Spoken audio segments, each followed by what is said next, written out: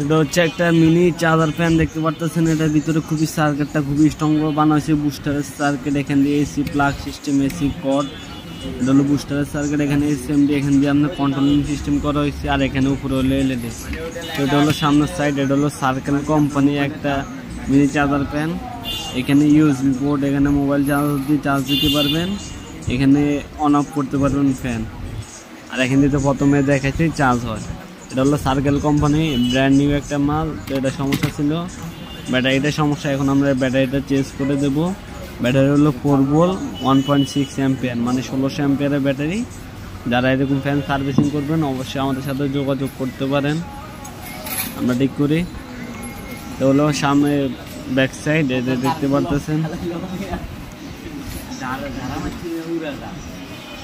দেখতে পারতেছেন এটা হলো এই যে ফ্যানটা বাতাসটা দেয়।